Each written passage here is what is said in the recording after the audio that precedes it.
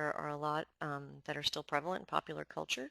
So we're going to dispel and take care of those. We're going to look at the definition of dyslexia, take that apart a little bit, piece by piece, and cover some of the science behind that. And then we're going to conclude with a review of the mandates that go into effect this fall and what those requirements are. The handouts for the webinar will be posted a little bit later today along with the recording. We're going to leave those up for quite some time, so if you want to access those at your district or at your building, you'll be able to do so. And these will serve to meet the mandated 2-hour PD requirement. So any combination of these webinars or other things that you might put together in your building will take care of that for you. And those don't necessarily need to be done before the start of school this year. So be creative, think outside the box a little bit about how you want to approach your PD, and certainly reach out to me if you have any ideas or suggestions. Would like to share those with everybody else. So let's get to it. The most prevalent myth out there related to dyslexia is the idea that this is a visual issue, that in some way folks with dyslexia see things backwards, upside down, that they see things like was for saw and B for D, and that simply isn't the case. This is a language processing concern that affects directionality, and this graphic is a really great representation of how we process visually, and how we had to relearn how to process visually when our brains had to learn to read.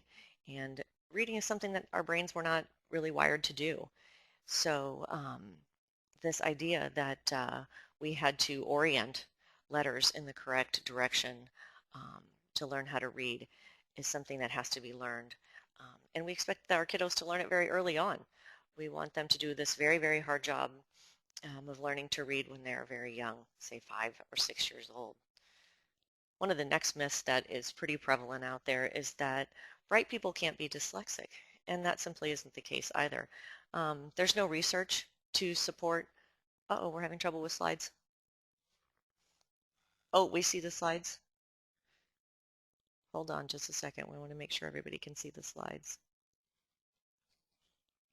Are you still having trouble? Oh, okay, we've got a couple seeing slides. Okay, good. So long as the majority are seeing them, there may be something going on the other end. So I'm talking to my tech support person here. So, okay, great. Thanks for checking in.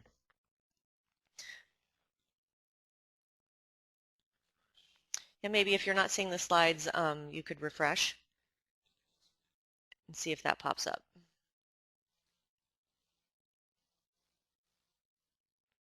Okay, it looks like the majority are seeing them. So back to IQ. And IQ doesn't really inform us about students that might be struggling with their word reading ability. There are folks all along that IQ spectrum, from average to low average up to very high, that have different reading abilities. So there's no research to really support if you are dyslexic, you are therefore gifted. Most of us have strengths and weaknesses in a variety of areas. Of course, us that are parents of dyslexic kiddos like to think that our kids have gifted areas as a result of that, but that's not necessarily the case. But IQ really doesn't affect our ability to have good phonological awareness and to acquire good word recognition and decoding skills.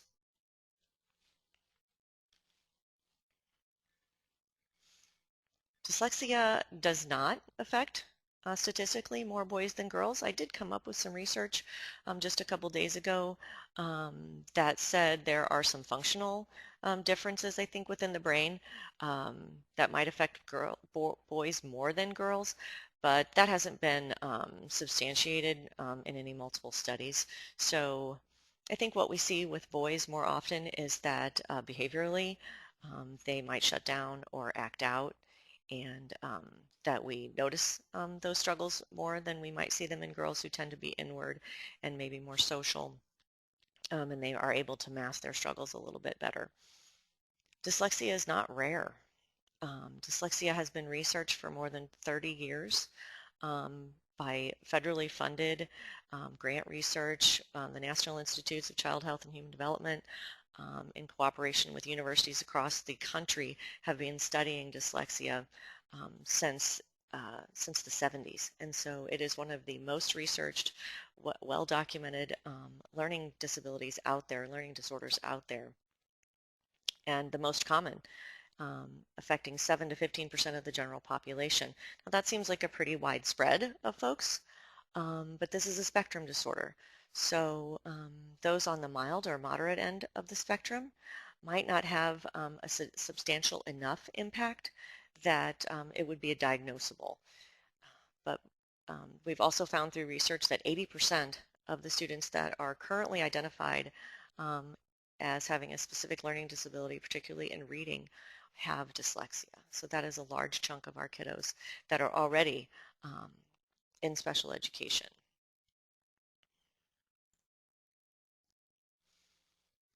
Another myth that's out there is that if you just practice more, our dyslexic kids just need to practice more reading. In fact is that more time spent attempting to read doesn't improve our phonological awareness or improve word recognition skills. I saw a wonderful simulation just yesterday in Greek, and I thought that was a really great analogy about how it's necessary to be able to break the code.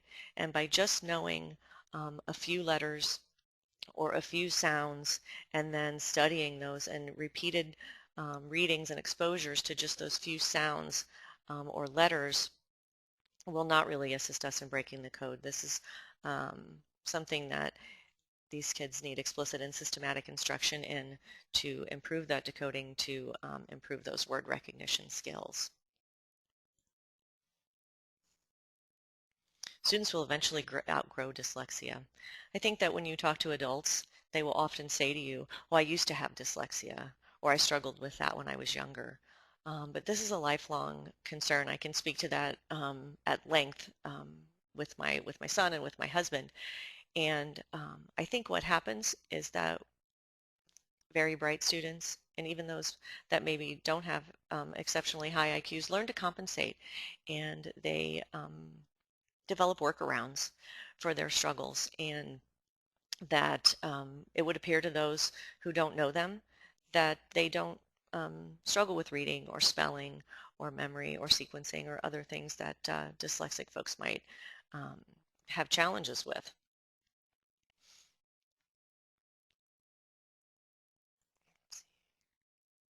So let's look a little bit into the definition of dyslexia and what those pieces really mean for our students. So this is the definition that was agreed upon back in the early 2000s between the International Dyslexia Association and the National Institutes of Health, following a large body of research that led to the release of the report by the National Reading Panel. And if you're not familiar with the National Reading Panel report, I strongly encourage you to look at that, maybe just the abbreviated section. That's about 20-25 pages. The entire report, I think, numbers 200 plus pages. But that report really got into reading development and the necessary components of reading instruction for all students. And like I said, I highly encourage you to take a look at that body of research. So dyslexia is neurobiological in origin. It's characterized by difficulties with accurate or fluent word recognition, poor spelling, and decoding abilities. These difficulties are typically the result of a deficit in the phonological component of language. These difficulties are often unexpected in relation to other cognitive abilities and the provision of effective classroom instruction. Secondary consequences may include problems with reading comprehension and reduced reading experience that can impede growth of vocabulary and background knowledge. We're really going to take this apart and look at those pieces for what they mean for our students. First of all, I want to take a look at this graphic, which is from the work of Stanislas Dehaene, who is a French researcher in neurobiology and has published a couple books regarding reading and has done some really nice imaging and infographics related to that. And so these are all of the networks that are necessary that have to interact for the task of reading.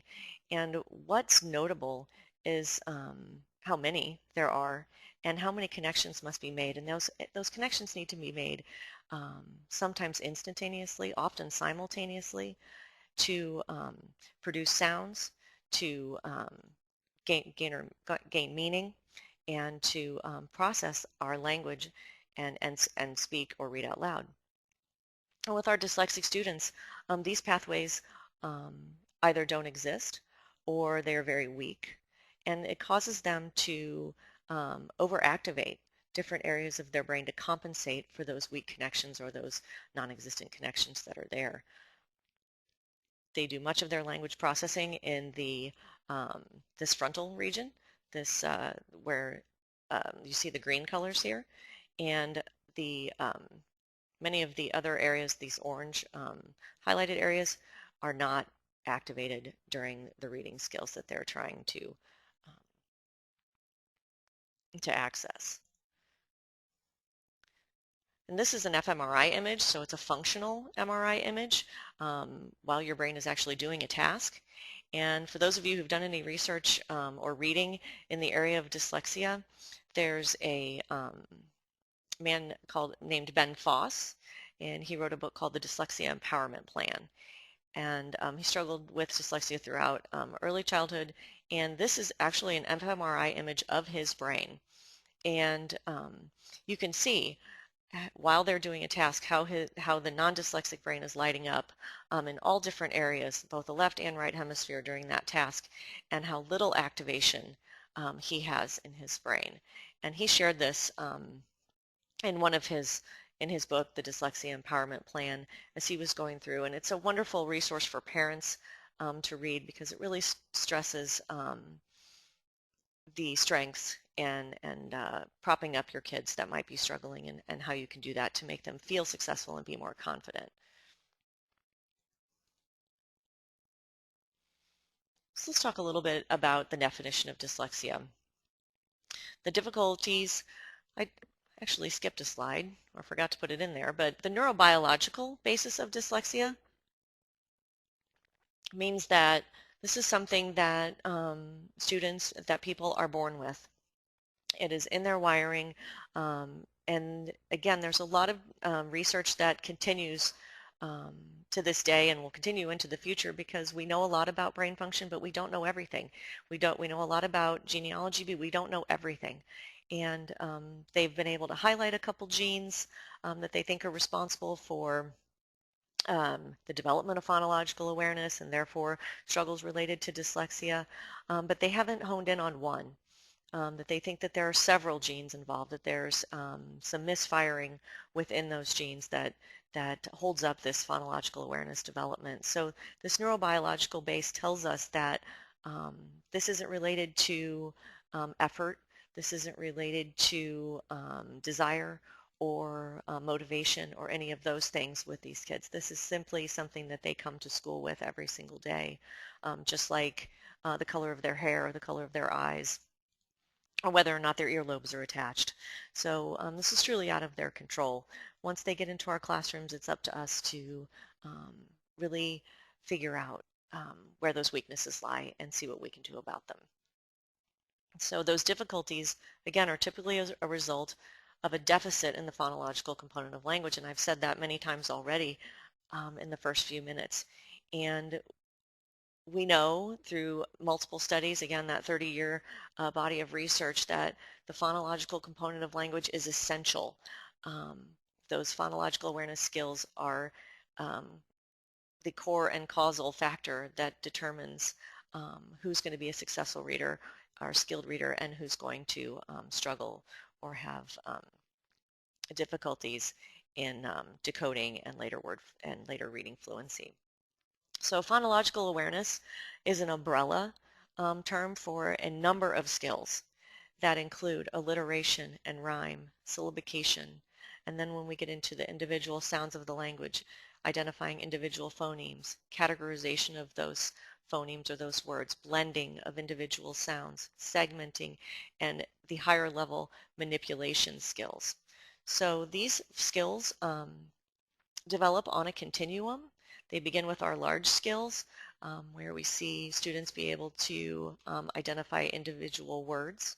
Um, then again, moving to individual syllables, that each individual syllable therefore has a part that is an onset and a later part that's a rhyme, and that those individual syllables or those onset and rhymes then have individual sounds. So if we think about a word like fantastic, fantastic has 3 syllables. Within those 3 syllables, we have an onset and rhyme within each of those syllables, and then we also have 3 individual sounds within each of those syllables. Um, our students with dyslexia are challenged in that they hear sounds as complete chunks. They don't um, discriminate, or they're not able to identify all those individual sounds within those words. They don't discriminate that there are 3 sounds within that first syllable: fan, ah, and you can see this in their pronunciation and their decoding skills, where they may uh, add sounds or leave sounds off within words. So this continuum of development stretches well beyond 2nd grade, sometimes into 3rd and 4th grade for our struggling students. So for a student to have a strong manipulation skill, um, they must be taught systematically and explicitly how to discriminate those sounds, how to substitute, add, delete, and again, exchange phonemes beyond just 2 or 3 sounds. We really want our students to be skilled at segmenting, blending, manipulating phonemes into 4 and 5 sounds. So words like blend and things like that.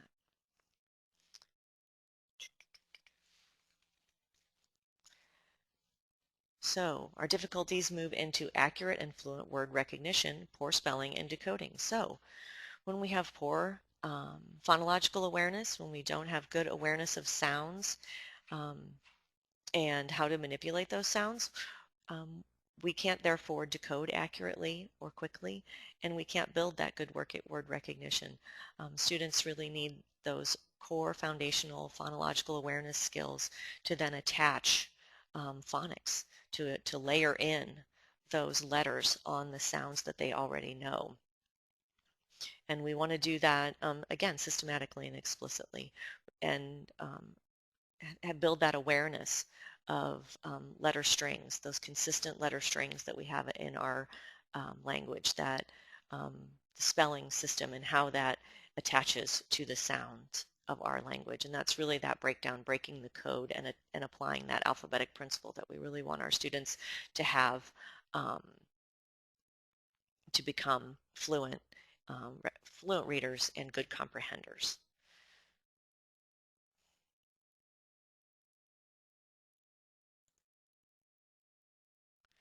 Difficulties are often unexpected in relation to other cognitive abilities in the provision of effective classroom instruction. So this is, I think, one of our first red flags that we see early on with students that are struggling. And we hear teachers say this often when we do presentations, but they're so bright. They understand so many things. Cognitively, they can perform with their peers. And, they're very good at they might be very good at math, or they might understand how something works. Again, they can intuit lots of things. The student might be very good with hands-on, learning. They might be good at art, or again, they have a different skill set, but this um, acquisition of reading, decoding, and becoming a fluent reader just doesn't quite seem to fit with all their other abilities. And, um, I think it's somewhat startling to think about all of the students that just seem to learn how to read, that many students, 75, 80% of classrooms, students just learn to read. And that seems like regardless of instruction. We have very good instruction and maybe very not so systematic instruction, and students just seem to learn to read. And these are those kids that we just can't seem to reach, no matter how many tools we pull out of our toolbox.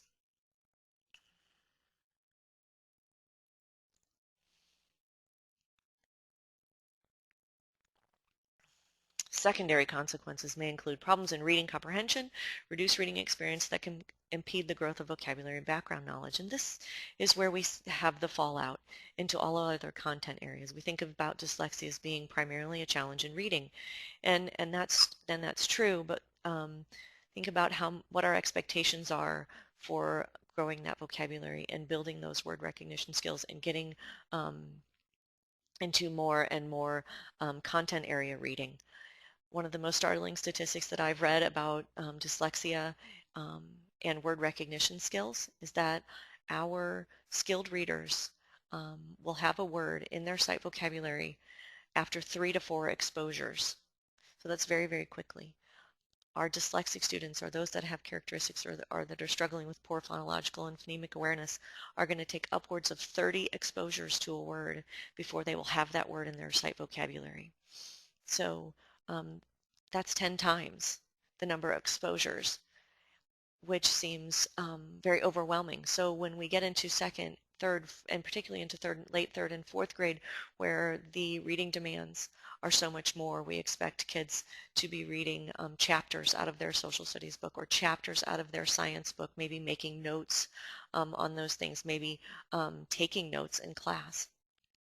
That bulk of reading and that slow development of word recognition and that sight vocabulary means that our students aren't going to be able to keep pace with their peers.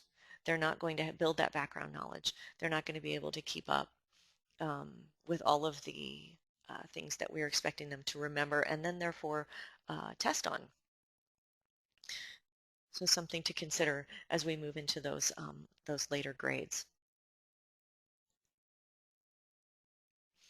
What's exciting about dyslexia is that when we can identify characteristics early, when we can find where those weaknesses exist and address those, particularly, again, early on, before age 9, when the brain has the most plasticity, we can see the most impact. When intervention that begins in kindergarten for a student that's struggling might be 20 to 30 minutes a week. That same student who hasn't received any interventions until third grade is going to need 2 hours of intensive intervention to catch them up and close the gap with their peers. So earlier is always better.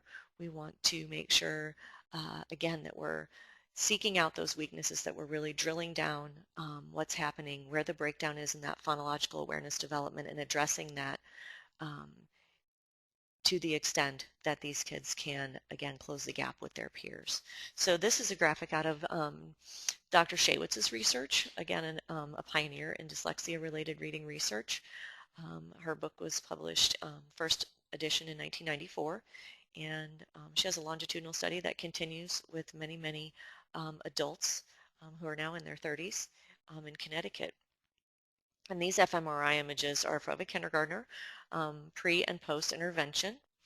And this young student is pretty remarkable. If you can see the highlighted areas there in the left hemisphere where there was really very, very little activation in those reading related areas that we saw in the graphic earlier, and post-intervention, how those areas of the brain are really lighting up and activated during a reading task.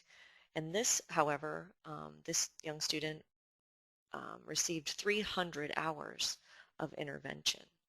So that's quite intense, and I'm sure took a significant amount of time over the course of probably a couple years to get to this point. So again, that speaks to that early intervention and how we want to address these skills and those skill deficits early on.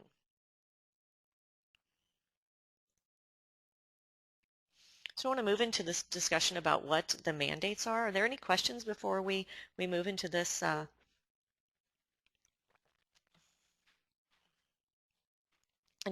of the discussion? I'll wait for just a second to see if anybody has any questions. All right, we're going to carry on since I don't see anybody typing. The mandate goes into effect this school year, and the mandate really has 3 parts. What you'll see on these slides that is in the italics is what comes directly from statute. So beginning this year, 2018-19 and subsequent school years, schools are mandated to screen for dyslexia. And that is a short screening. And we're looking for characteristics and risk factors. We're not determining a diagnosis or eligibility for special education or any of those other pieces. We're really looking for characteristics and risk factors on that phonological awareness continuum and where those gaps are and how we might address them.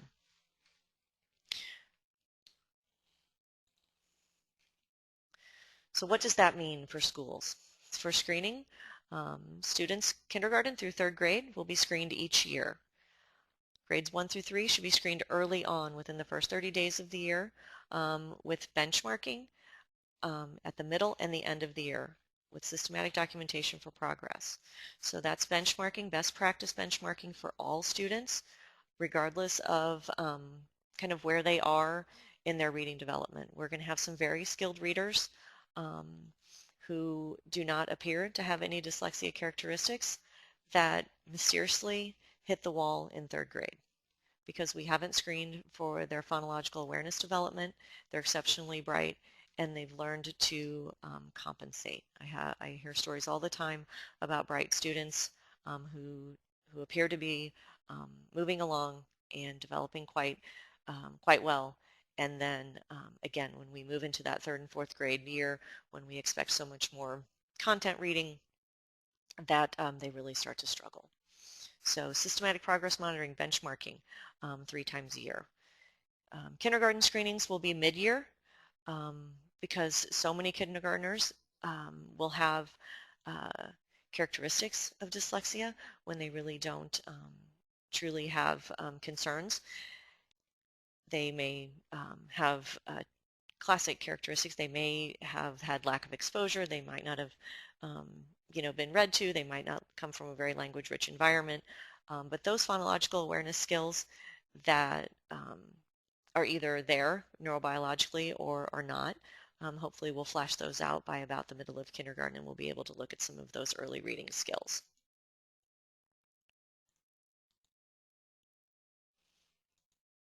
Screening, let me go back for just a second. Screening for students grades 4 and beyond is by teacher recommendation or referral or parent request.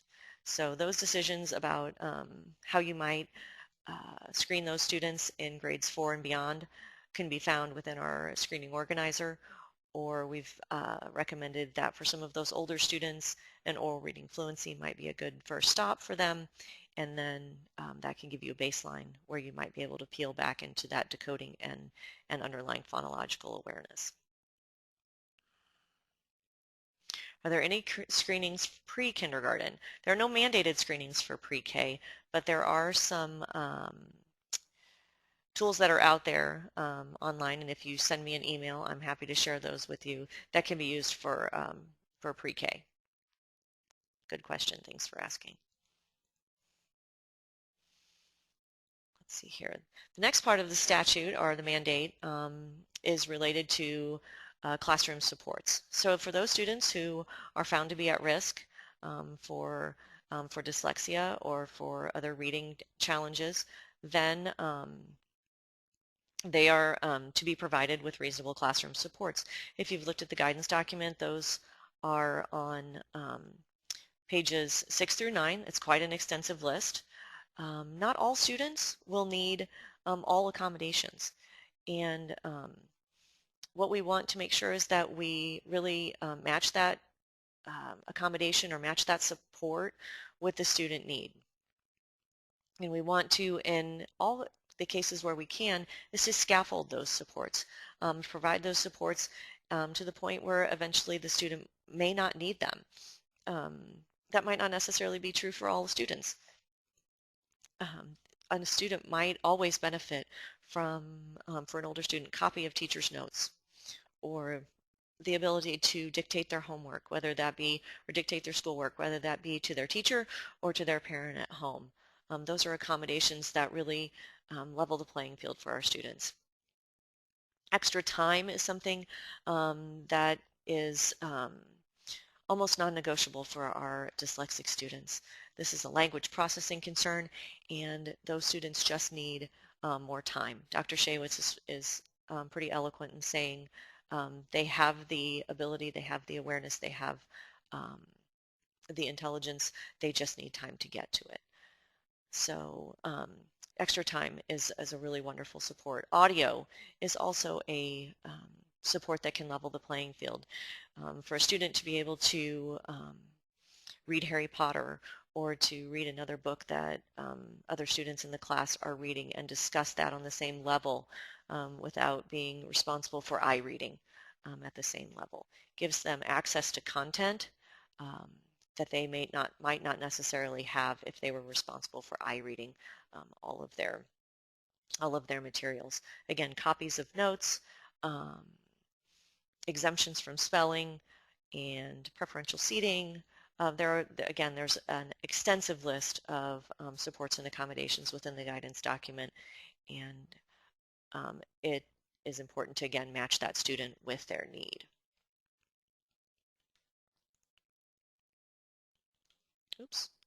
The next piece of the guidance is the mandate is professional development.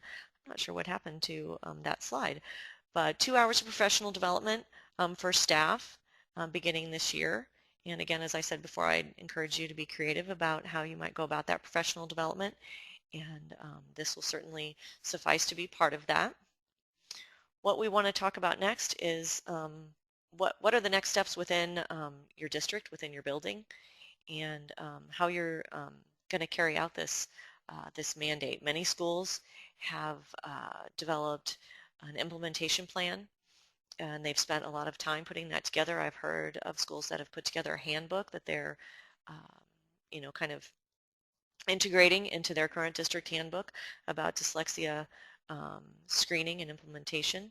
So there have been multiple opportunities throughout the state through our RPDCs to come together as a team and do a screening and planning session. I believe some of those are still going on throughout the next month or so.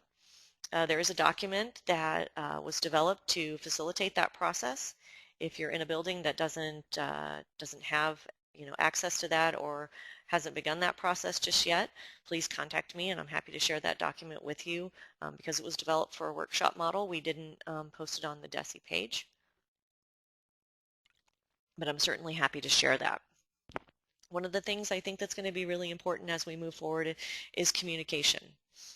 Communication within your building, within your teachers, who's responsible for screening these students, who's sharing that information, well, who's making the decisions, what team is in place to make decisions about next steps regarding students and their instruction and intervention, what that really looks like. I think it's going to be also important for buildings and districts to discuss the communication that they're going to have with parents about this.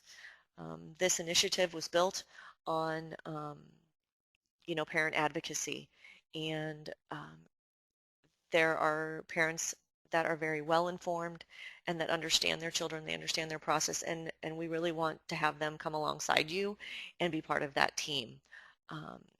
And communicating your plan and how you're going to implement that plan and what some of those, again, next steps instructionally are going to be for students who are struggling, and having consistent communication is going to be really, really important.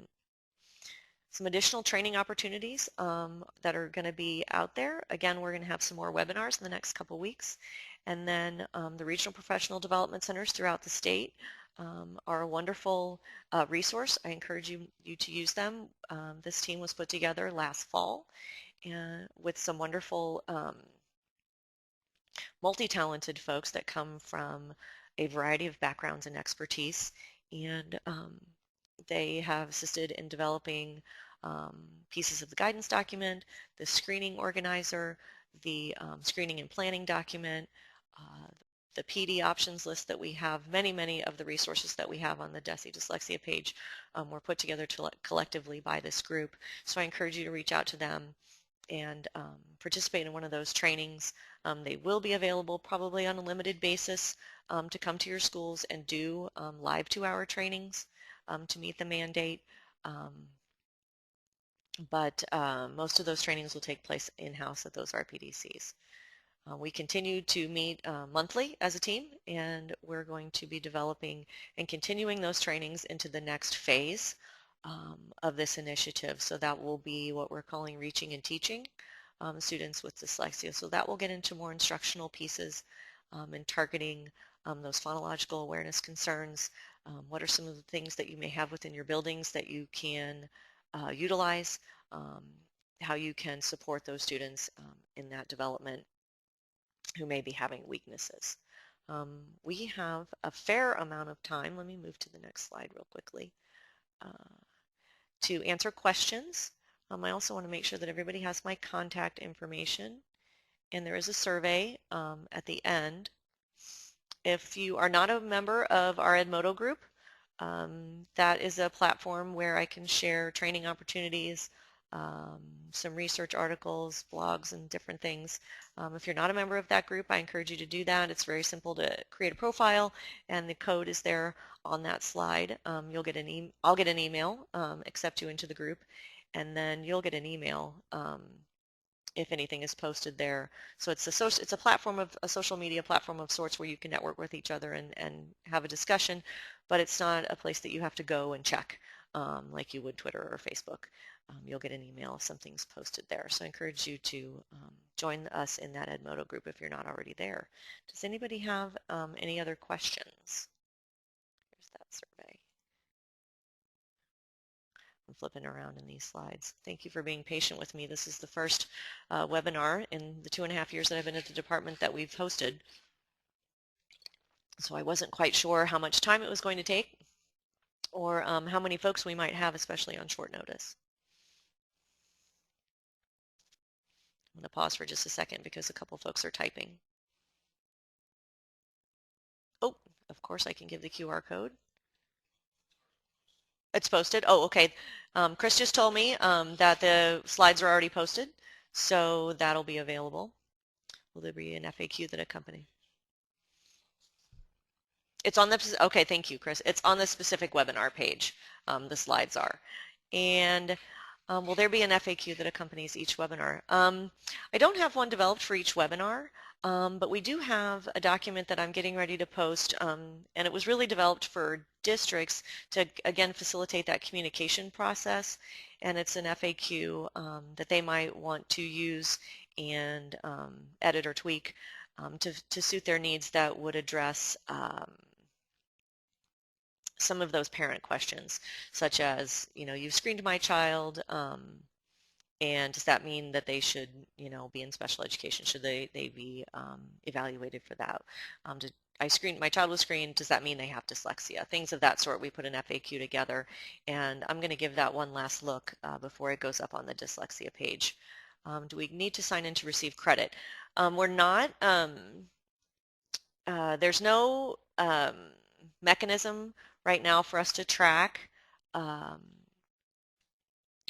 PD collectively, but so I'm sorry, I don't have a certificate, but these will be up so that anybody can access them, and you can certainly share that with anyone in your building. But at this point, it's at the district level or at the building level that folks are going to be responsible for keeping track of who had their PD. We're not going to collect that data just yet at the department level. Red flags for I'm sorry, let's see here. Red flags for teachers of pre-K students to watch for. That's a really good question. In the pre-K student, there is a certain overlap with speech. So your students that might be identified as having some articulation concerns, I would pay attention to.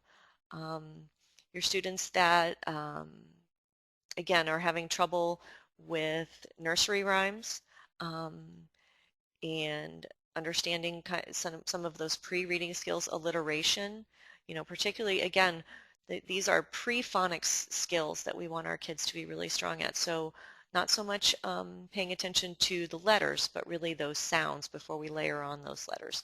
So discriminating if cat and can start with the same sound. Where do you hear the k sound? Or Where do you hear the um, B sound in bed? Is it at the beginning or the end? Again, sequencing is really important for our kids, being able to sequence um, the first sound, the middle sound, the last sound.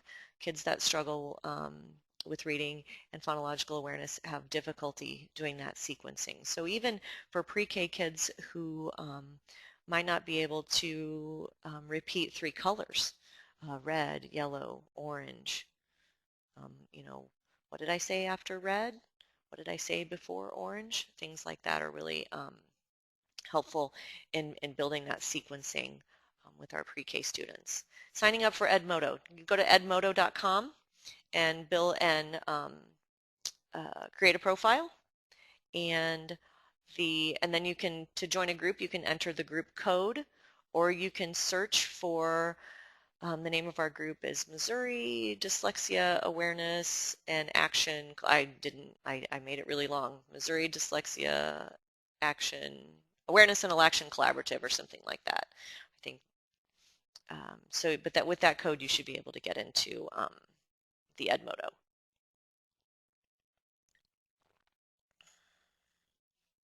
Any other questions that I can take care of while we're here? We'll get into more characteristics, more in depth next week in pre-K to 5. We're going to spend a lot of time on those pieces. So if you have questions about characteristics, next week will be the time to do that. Again, it will also be posted with recording. The recording will be posted after that. But that'll be the time when we really dig into what these kiddos look like in your classroom.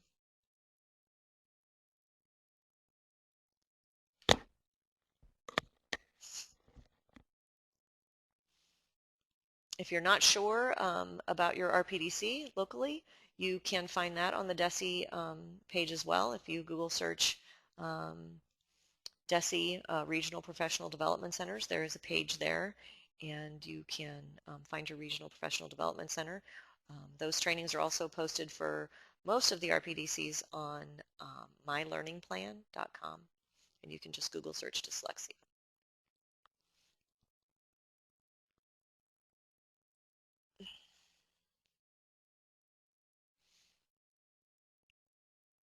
All right, it looks like we're signing off here. Everybody's just about finished. Thank you for joining us, and we look forward to seeing some of you next week.